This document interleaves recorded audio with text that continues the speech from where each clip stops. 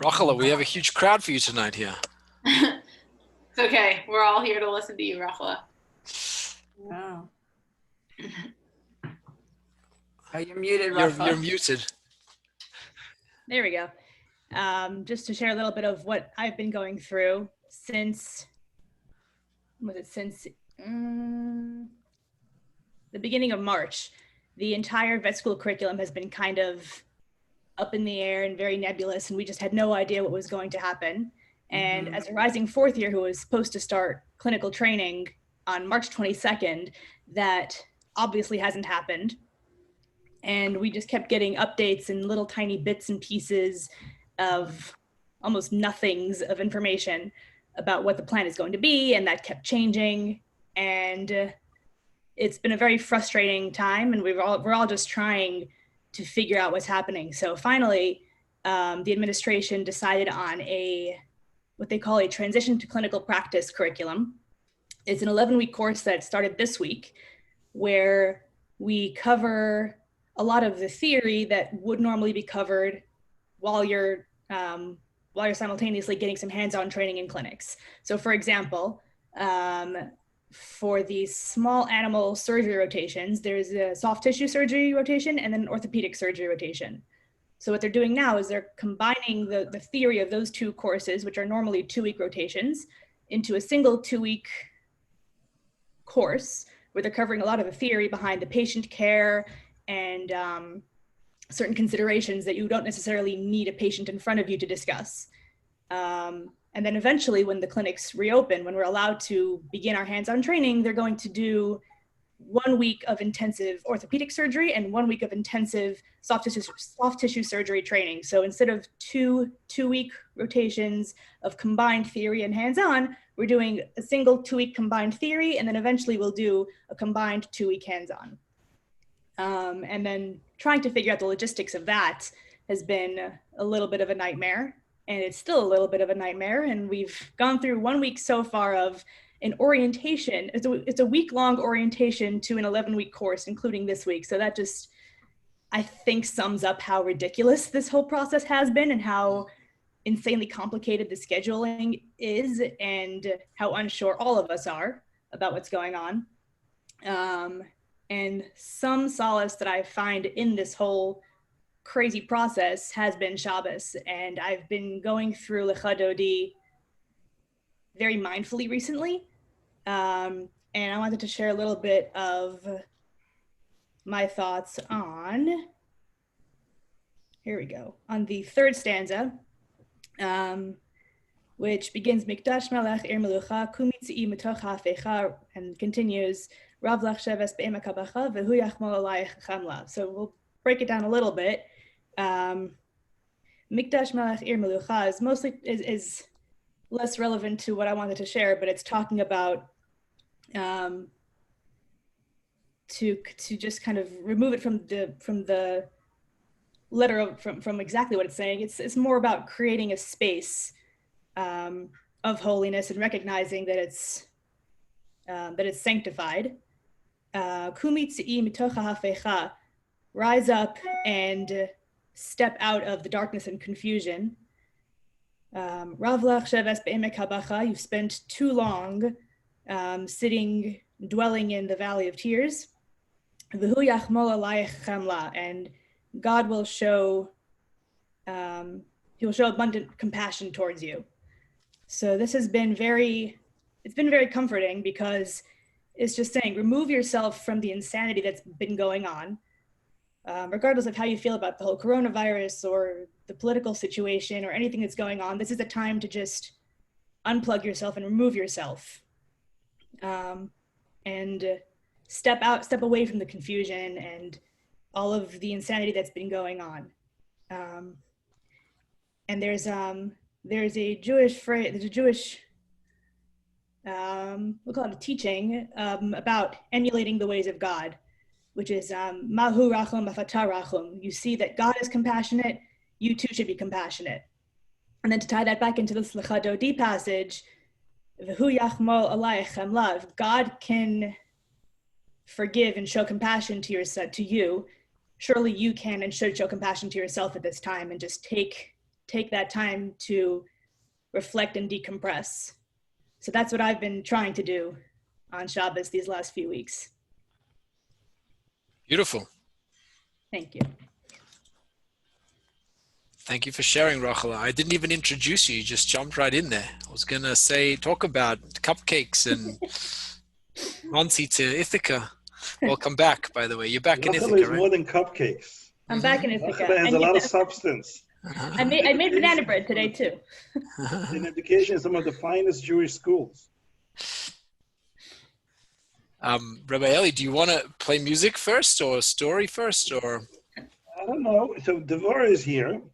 We finally got a piano after a long hiatus of her running away from New York City when the whole break, the outbreak took place.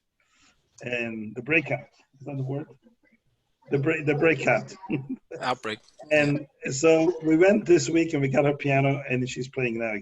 So, which is great. The house is filled with music now. So today, I don't know if you know that on the Jewish calendar, today is a very special day. Unfortunately, a sad day. And Jews around the world mourn this day because about 372 years ago, a major massacre of Jews took place in Europe during this day. Actually, it lasted quite a long time. I mean, it's the famous revolt of the Khmelnytsky and Cossack movement that swept through Europe, Poland, and Russia. And literally hundreds and thousands of Jews were massacred by the sword. Jews have set this day today, the 20th of Sivan, as a day of, remembrance for those victims and martyrs who lost their lives because they're Jewish. And this is the reason why Avarachamim, which we say by Musaf, before the Musaf service, which was written in memory of the victims of the Crusaders in the 13th, 12th, 13th century. And usually on Shabbos before Rosh Chodesh, we don't say it. But before Sivan, we do say it exactly because of this event that happened today. We want to remember those who were killed and murdered because they were Jewish and practiced their Jewishness openly. And it was probably after the Holocaust, the second largest genocide of Jews, at least in this century, in this millennia, I meant. So there is a melody. First of all, there's a chapter in the book of Psalms that King David wrote that is dedicated specifically for the martyrdom of Jews that were martyred only because they're Jewish. And he's asking God to remember them in a special way and to show the nations who were involved in these atrocities, not everyone, but those who were, and to show them that Hashem is in control and that this is not going to be overlooked. And those who didn't partake in this also didn't protest, like we have people protesting today because one person, which is one person too much, but we're talking about hundreds and thousands of people were murdered for no reason whatsoever, only because of their identity. But nobody rioted, nobody protested. So it's the overtones of Devorah is defending those who were standing on the sidelines and not saying anything because they weren't able to, which is probably true. People were living not in democracies. So anyway, so I wanted this psalm is a very special psalm. Parts of the psalm we read before Musaf every Shabbat. They're like certain lines. And there was a Rebbe who survived the Holocaust, who lived in Crown Heights for a number of years in the 60s. Very holy man. He was from Romania, but he was very close to the Lubavitcher Rebbe, actually. But he's well known all over the world. His name is the Skolena Rebbe. He was a fantastic composer of melodies. All his melodies are very soulful, very powerful, very soul-stirring.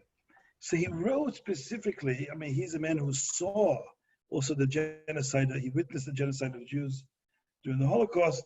So he composed a special melody on two of the verses of that song, which really reminds God, so to speak, to remember those victims who died for no reason other than the fact that they were Jewish.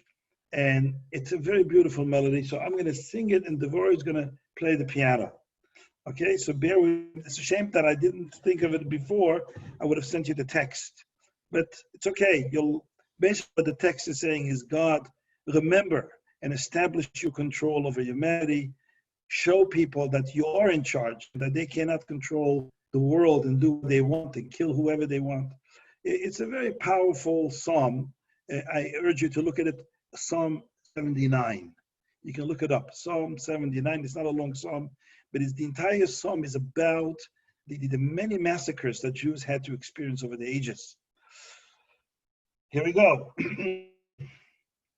Yevoda Bhagavavayim Leveinu.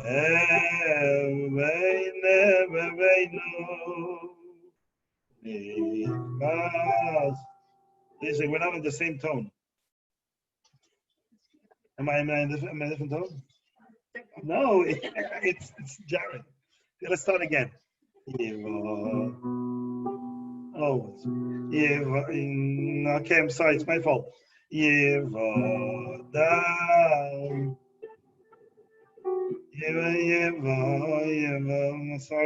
I'm sorry.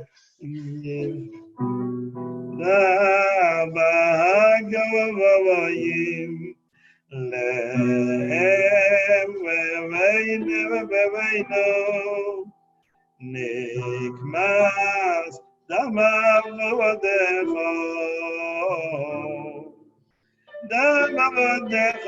Vashavavo. Again, Yevoda Bhagavavayim Leveinu Nikmas Damavadecho Damavadecho Vashavavo. Tovoi levonevecho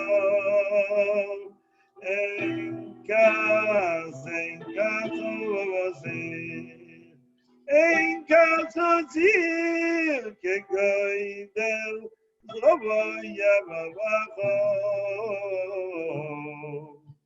Oh, I say the names of Allah.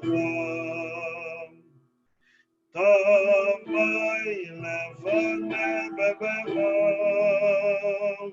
Enkas otzir Enkas otzir kegoidel zrovaya vavacho.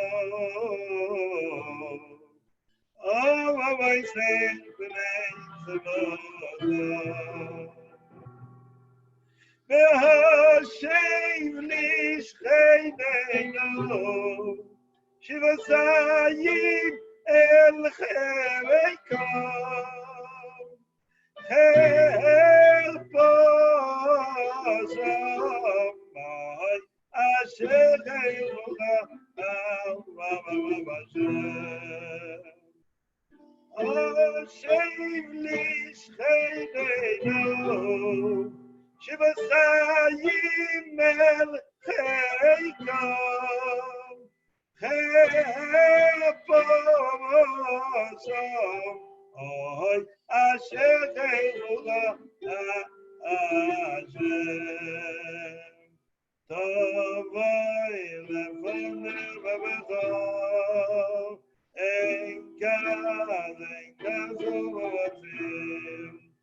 Enkas otzir kegoidel zrovaya vavacho. I say b'nei Zemozah. Tovoi levonevecho Enkas otzir Enkas otzir kegoidel zrovaya vavacho.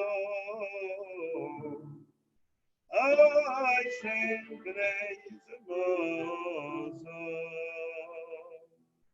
That's the song. We got to remember all those people that were killed and martyred over the years, over the history of the Jewish people. May we never see any of those terrible tragedies again, not amongst Jews, not amongst other peoples, whether it's blacks or whites or Chinese or Japanese. May all nations live peaceful with each other, and this will be the prelude to the coming of a peaceful age, the Messianic age, when all nations will live together in brotherhood and harmony. L'chaim. Rabbi, Linda just asked a question in the chat about the psalm. Did you want? Oh, somebody wrote it down. Oh, David, that was fast. Yeah, what was your question? It says the mother who died. What does it say? I was wondering what that referred It to. says Tavel Vanecha and Kasas Gigud Zrocha Hayoser B'nei Tmunas Tumusa. It says no, B'nei Tmusa means no. Hayoser B'nei Tmusa means spare mortal human beings. B'nei Tmusa means members who are prone to die. That means human beings, mortals. Hayoser spare mortals. He's saying is listen to the cry, the anguish of those who are in pain, and spare, like with your mighty hand, spare members of the mortal species, which is human beings, basically. Spare them and right. Don't let them be subjected to these terrible tragedies. that was just straight from Chabad.org. I don't know. Maybe they're referencing Pshat. I What don't did know. they say?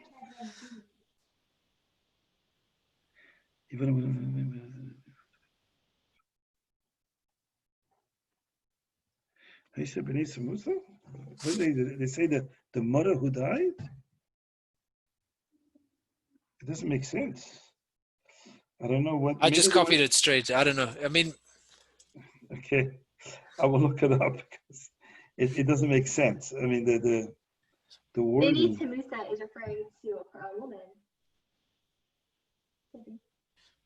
Tamusa means people of death, people who are mortal.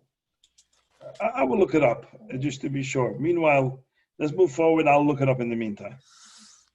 Look up in Rashi. Rabbi Eli, are you gonna do another song? Should I tell a story? Yeah, tell a story, of course, please. Okay, a quick story for Shabbos. Story I read recently. There was a businessman from London. It's more of a sort of a modern day story. A businessman from London who was visiting Detroit. His name was Bernie. His last name was Radar, and he on his business trip to Detroit, he was staying with a family in Detroit, and it happened to be that the night that he was staying there, they had some other guests over, and they had a dinner together, and there was discussion, and there was one particular guest who, obviously seeing this guy Bernie Radar, he wasn't a Chabad rabbi, but he was a follower of Chabad and obviously a religious-looking man. So this guest at this house started asking him questions for some reason about tefillin. Very interestingly, this was the topic that he picked, and he continued to ask him about tefillin throughout the night, all the details, and just the sort of the way that he was asking questions indicated that he knew something about tefillin. He knew something. He knew certain things that only someone who had either put on tefillin or had grown up in some sort of home that people wrap tefillin would know. The party went on late, I guess, or the guests stayed late, and I think they left late.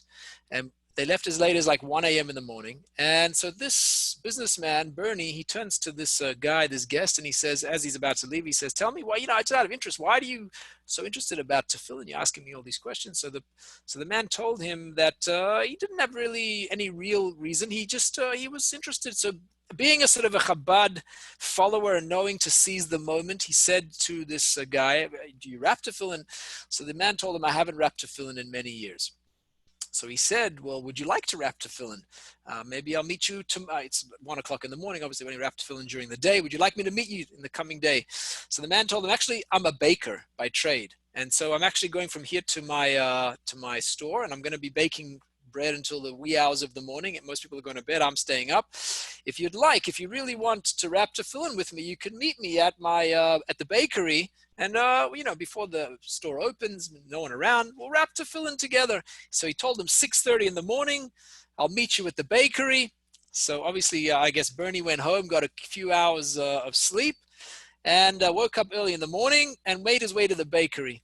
And lo and behold, somewhere in amongst the sacks of flour and the baking bread, they wrapped tefillin. After they were over, and obviously Bernie could see not only did this man know about tefillin, but the way he sort of knew how to wrap it indicated that he had wrapped many times. I guess it's quite fidgety just getting used to tefillin, especially for someone who's the first time. They're falling all over the place. But this man, he knew what he was doing. He put them in the right place. He wrapped them. He sort of understood. So he asked him, he said, tell me, do you own tefillin? And the man said, I don't own any tefillin. And this Bernie said to him, well, if you would like, I'd be willing to buy you a pair and give them to you, so that you should have your own pair of tefillin. So the man was very touched, and he said, you know what, I actually happen to be coming back to Detroit in 6 weeks. And I'm passing through, it's from London, but I'm passing through New York. I'll pick up a pair of tefillin for you. When I come back in 6 weeks, I'll get you your own set of tefillin. So the man was, he was very touched by the gesture, and they parted ways. And this guy, Bernie, heads back to New York before he flies back to the UK, to London. And being a Chabad follower, before Gimel Tammuz, it was a chance for him to meet up with the Rebbe and ask for a blessing for his business pursuits.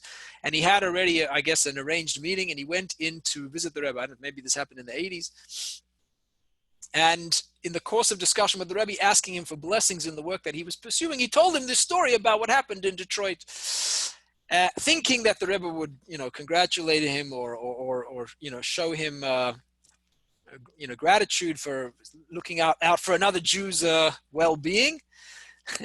But instead, the Rebbe asked critically and said to him, for a man who has not put on tefillin for so many years, do you think it's right that today he puts on tefillin and it's going to be only 6 weeks until he puts on again? So he told him, I know that you have plans to go back to London tomorrow, but I think that this man needs tefillin and he needs them to put on tomorrow, which would have been Thursday, and he's leaving that night, Thursday night, to go back to London. So the Rebbe said, I think that you need to get the tefillin to Detroit as soon as possible, and if you can't get them, you yourself should get back on a plane and travel there and possibly miss your flight back to the UK. So he understood immediately how the Rebbe thinks, and he went out into the street and managed to get from one of the stores a pair of tefillin. I guess at short notice, they're not always easy to get. Often they're written. When a person needs them, then you get them written for you. But he bought a pair of tefillin. It was more than he was willing to spend, but he had no choice. This was the only one he could find. And he drove to LaGuardia Airport, and he was able to put the tefillin on a unaccompanied luggage to go to the host that he had stayed at. And the host agreed. He obviously made the connections. The host agreed that he would deliver them to this baker. Anyways, he managed to make his flight back to London. 6 weeks later, he's back to Detroit, right? He said he's coming back on business. And while he's there, he wants to follow up on his investment. So he contacts the baker, and he goes to visit him. And in the course of discussion, they're talking. He says, tell me, have you been putting on tefillin? So the man told him that I've been putting on tefillin every day. And I have to tell you, there was this, and basically he said, I'm a baker. So as a result, I can't do it in the morning before I start work. I have to be in the bakery, well before sunrise. So I put it on in the afternoon. I come home from work, I wrap tefillin. He said, there was one time in the last 6 weeks, basically, that I was on my way home after the shop was, the bakery was closed. And I wasn't going to make the trip home in time before sunset. You have to wrap before sunset. So he said there was traffic on the road and I was stuck and I couldn't go anywhere. And he said, but I was close enough to home and I knew a shortcut. I basically parked my car on the side of the road and left it. And I ran home to get there before sunset because, and he tells the man, I could see how important it was that I shouldn't miss a day of tefillin because you took such pains to get me a pair of tefillin the next day. He said, because it was so important to you, I wouldn't miss a day. So And this, I think, actually was what the Rebbe had told him. The Rebbe had said to him, if when the man sees how important it is to you that you get the tefillin to him right away and that he shouldn't wait 6 weeks. I mean, if you wait 6 weeks, why not wait another year or 2 years? Then he'll realize how important and important it is to do it. So just a quick connection to the Parsha. In this week's Parsha, we read about Pesach Sheni, which is the second Pesach. And there's a statement in the Torah along the lines of, if a mitzvah comes to your hands, al timchatzena. Don't let it, don't delay. If you have an opportunity to do a mitzvah, you should do it right now. The rabbis teach us that this word timchatzena is connected to the word chametz. And we know that chametz is all about what happens if you leave flour and water for too long, then it becomes chametz, which is the enemy of Pesach, right? And so the idea here is that if we leave mitzvahs for too long, they become chametz. We should take advantage of the opportunity. As soon as we have the chance to do a mitzvah, we should jump on the bandwagon and do it. Even though the message of Pesach Sheni is that if you don't get a chance to do a mitzvah in its right time, there's always a second chance to do the mitzvah. So either do it right now, and if you didn't do it right now, you'll do it later. Anyways, that's a quick story and a message about Torah. Good Shabbos. To you, Rabbi, if we're going to do another song or a concluding thought. Anybody else? What song do you want to play? Devorah is going to play. This is an old Shalom Aleichem song. Make it fast. What? Shalom Aleichem.